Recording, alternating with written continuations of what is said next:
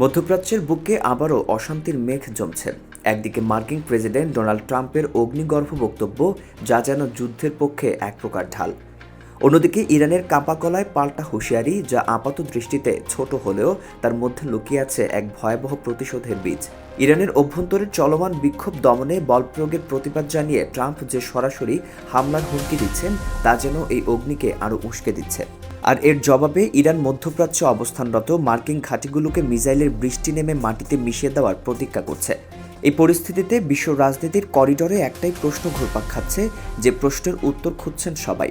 যদি যুদ্ধ শুরু হয়, তবে কে কতটা শক্তিশালী, কে হবে শেষ হাসির অধিকারী? এই প্রশ্নের উত্তর খুঁজতে আমাদের অবশ্যই তাদের সামরিক শক্তির একটা তুলনামূলক চিত্র তৈরি করতে হবে। যুক্তরাষ্ট্র, যার নামই যেন এক কিংবদন্তি, পৃথিবীর সবচেয়ে বড় সামরিক শক্তি, তাদের সামরিক বাহিনী শুধু বিশালই নয়, প্রযুক্তিগত দিক থেকেও অনেক এগিয়ে। বিশেষ করে তাদের নৌবাহিনী, যা বিশ্ব মহাসাগরে মার্কিন প্রভাবকে একচ্ছত্র করে রেখেছে। যুক্তরাষ্ট্রের নৌবাহিনীর উন্নত ইজিস সিস্টেম ও SM-3 ইন্টারসেপ্টরগুলো আধুনিক যুদ্ধবিদ্যার এক অপরূপ নিদর্শন। কল্পনা করুন যুক্তরাষ্ট্রের একটিমাত্র আর্লিবার্গ শ্রেণীর ডেস্ট্রয়ারের কথা। এই একটি জাহাজে রয়েছে প্রায় 90টিরও বেশি ওয়ার্ডে লঞ্চ সেল, যা থেকে একসাথে বিভিন্ন ধরনের ক্ষেপণাস্ত্র ছোড়া সম্ভব। এটা যেন একটি ভাসমান অগ্নিপর্বত। আর এমন অত্যাধুনিক রণতরী বিশ্বজুড়ে মোতায়েন রয়েছে প্রায় 70টি। এগুলো শুধু যুদ্ধজাহাজ নয়, বরং একই সাথে আকাশ প্রতিরক্ষা ব্যবস্থা এবং স্থলভাগে হামলা চালানোর ক্ষমতাসম্পন্ন চলমান ঘাঁটি। এদিকে ইরানের অবস্থা কেমন? ইরানের নৌবাহিনীও বিশাল, কিন্তু তাদের শক্তির মূলে রয়েছে এক ভিন্ন কৌশল। তাদের প্রধান অস্ত্র হলো কয়েক হাজার ছোট এবং অত্যন্ত দ্রুতগামী নৌকা। এগুলো দেখতে হয়তো তেমন শক্তিশালী লাগে না, কিন্তু এগুলোর মধ্যে লুকিয়ে আছে দূরপাল্লার মিসাইল ও টর্পেডো। পারস্য উপসাগরের মতো সংকীর্ণ জলসীমায় এই ছোট ছোট নৌকাগুলো মৌমাছির ঝাঁকের মতো একসাথে ঝাঁপিয়ে পড়তে পারে মার্কিন যুদ্ধজাহাজের উপর। তাদের এই কৌশল হলো সংখ্যাগত শক্তি দিয়ে প্রযুক্তিগত শক্তিকে চ্যালেঞ্জ জানানো। এছাড়াও মধ্যপ্রাচ্যের দেশগুলোর মধ্যে ইরানের কাছে রয়েছে সবচেয়ে বড় ক্ষেপণাস্ত্র মজুদ, যার সংখ্যা 3000 ছাড়িয়ে গেছে। এ পরিমাণ মিসাইল যে কোনো শত্রুর জন্য হুমকিস্বরূপ। ইরানের মূল কৌশল হলো একসাথে ছাকে ছাকে মিসাইল ছুড়ে শত্রুর প্রতিরক্ষা ব্যবস্থাকে রীতিমতো নাস্তানাবুদ করে ফেলা। তারা বিশ্বাস করে, যতই শক্তিশালী প্রতিরক্ষা ব্যবস্থা হোক না কেন, সীমাহীন আক্রমণের সামনে তা একসময় ভেঙে পড়বে।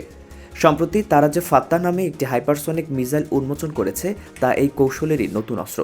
ইরানের দাবি, এই মিসাইল শব্দের চেয়ে 13 থেকে 15 গুণ বেশি গতিতে চলতে পারে। আরও ভয়ঙ্কর ব্যাপার হলো, তাদের দাবি অনুযায়ী এই মিসাইল বায়ুমণ্ডলের ভেতরে ও বাইরে দিক পরিবর্তন করতে পারে, যা রাডারকে ফাঁকি দেওয়ার জন্য যথেষ্ট। যদিও পশ্চিমা বিশ্লেষকরা এই মিসাইলের নির্ভুলতা নিয়ে এখনও সন্দেহ প্রকাশ করছেন, কিন্তু হুমকির মাত্রাটা বুঝতে তাদের অসুবিধা হচ্ছে না। কিন্তু ইরানের এই মিসাইল হামলা ঠেকানোর জন্য যুক্তরাষ্ট্রের নৌবাহিনী যে প্রস্তুত, তা বলাই বাহুল্য। তাদের কাছে রয়েছে ইজিস কমব্যাট সিস্টেম। এটি একটি স্বয়ংক্রিয় কমান্ড অ্যান্ড কন্ট্রোল নেটওয়ার্ক, যা একসাথে শত শত লক্ষ্যবস্তু ট্র্যাক করতে পারে এবং শত্রুর মিসাইল লক্ষ্যবস্তুতে পৌঁছানোর আগেই তাকে ধ্বংস করে দিতে সক্ষম। এই সিস্টেমটি যেন একটি ডিজিটাল ঢাল, যা যুদ্ধজাহাজকে রক্ষা করে। শত্রুর ব্যালিস্টিক মিসাইল ঠেকাতে যুক্তরাষ্ট্র ব্যবহার করে স্ট্যান্ডার্ড মিসাইল 3, যা পৃথিবীর বায়ুমণ্ডলের বাইরে গিয়েও শত্রু মিসাইলকে ধ্বংস করতে পারে। এর উন্নত সংস্করণ মাঝারি পাল্লার ও এমনকি আন্তঃমহাদেশীয় মিসাইলকেও রুখে দিতে পারে। এটা যেন মহাকাশের দোরগোড়ায় দাঁড়িয়ে প্রহরা দেওয়ার মতো। 2024 সালের এপ্রিল মাসে ইসরায়েলে ইরানের চালানো ব্যাপক হামলার সময় যুক্তরাষ্ট্রের রণতরীগুলো এই সিস্টেমের কার্যকারিতা প্রমাণ করেছিল। তারা সফলভাবে বেশ কিছু ইরানি মিসাইল প্রতিহত করেছিল। এই বাস্তব অভিজ্ঞতা যেন এক প্রকার পরীক্ষা, যা প্রমাণ করে দেয় যে ইরানের মিসাইলের বিরুদ্ধে যুক্তরাষ্ট্রের নৌ প্রতিরক্ষা ব্যবস্থা কতটা নির্ভরযোগ্য।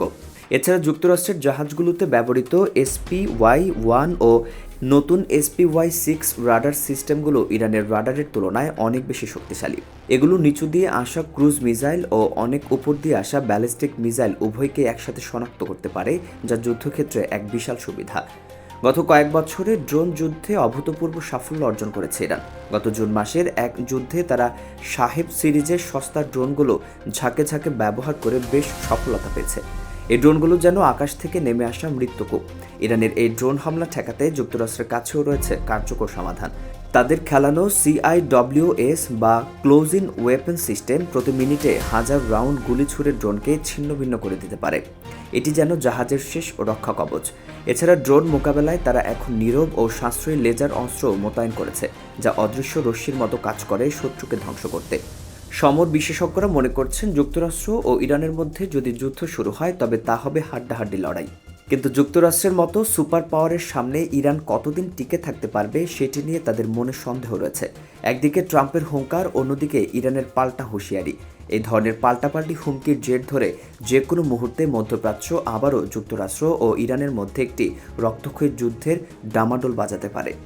শেষ পর্যন্ত প্রশ্ন একটাই, এই সংঘাতে জয়ী কে হবে? এই প্রশ্নই এখন আন্তর্জাতিক রাজনীতিতে ঘুরপাক খাচ্ছে। বাস্তবতা হলো প্রযুক্তিগত সক্ষমতা, সামরিক অবকাঠামো এবং অর্থনৈতিক শক্তির দিক থেকে যুক্তরাষ্ট্র ইরানের তুলনায় বহু গুণ এগিয়ে। অত্যাধুনিক অস্ত্র, বৈশ্বিক সামরিক ঘাঁটির নেটওয়ার্ক এবং বিশাল প্রতিরক্ষা বাজেটে যুক্তরাষ্ট্রকে একটি অপ্রতিদ্বন্দ্বী শক্তিতে পরিণত করেছে। এই দিক থেকে দেখলে শক্তির পাল্লা নিঃসন্দেহে ওয়াশিংটনের দিকেই ঝুঁকে আছে। তবে শক্তির হিসাব কেবল প্রযুক্তি বা অর্থ দিয়ে মাপা যায় না। ইরানের সবচেয়ে বড় শক্তি তার অদম্য মানসিকতা ও অসম যুদ্ধের কৌশল। তারা কখনোই সরাসরি সংঘর্ষে যুক্তরাষ্ট্রের সঙ্গে শক্তির তুলনা করতে চায় না, বরং ছোট ছোট হামলা, ছায়াযুদ্ধ, প্রক্সি শক্তি এবং দীর্ঘমেয়াদী চাপের কৌশলেই তারা নিজেদের সুবিধা তৈরি করে। এই কৌশলগুলো একদিকে যেমন ব্যয় কম, অন্যদিকে শত্রুপক্ষকে দীর্ঘ সময় ধরে ক্লান্ত করে তোলে। ইতিহাস বলছে ইরান এই ধরনের সংঘাতে ধৈর্য হারায় না। তারা যুদ্ধ করে নিজেদের মতো করে, নিজেদের নিয়মে। এই ভিন্ন ভিন্ন যুদ্ধ দর্শনই ভবিষ্যৎ নিয়ে অনিশ্চয়তা বাড়িয়ে দিয়েছে। যদি সংঘাত শুরু হয় তা হয়তো শুরুতে সীমিত আকারেই থাকবে, কিন্তু ধীরে ধীরে তা বিস্তৃত হওয়ার ঝুঁকি থাকবে। কারণ মধ্যপ্রাচ্যের বাস্তবতা অত্যন্ত জটিল। এখানে প্রতিটি সংঘাতের সঙ্গে জড়িয়ে আছে আঞ্চলিক শক্তি, ধর্মীয় বিভাজন এবং বৈশ্বিক স্বার্থ। একটি ছোট আগুন খুব সহজেই পুরো অঞ্চলকে গ্রাস করতে পারে। এই কারণেই বিশ্বজুড়ে চলছে নানা জল্পনা কল্পনা। কেউ বলছে যুক্তরাষ্ট্রের শক্তির সামনে ইরান টিকতে পারবে না, আবার কেউ মনে করছে এই সংঘাত যুক্তরাষ্ট্রের জন্যই সবচেয়ে ব্যয়বহুল হয়ে উঠতে পারে। একটি বিষয় অবশ্যই নিশ্চিত, যুদ্ধ হলে তা শুধু দুই দেশের মধ্যেই সীমাবদ্ধ থাকবে না। এর ঢেউ ছড়িয়ে পড়বে গোটা মধ্যপ্রাচ্যে। প্রভাব ফেলবে জ্বালানি বাজার, বৈশ্বিক অর্থনীতি এবং আন্তর্জাতিক নিরাপত্তার উপর। সেই প্রভাব থেকে কেউই পুরোপুরি মুক্ত থাকতে পারবে না।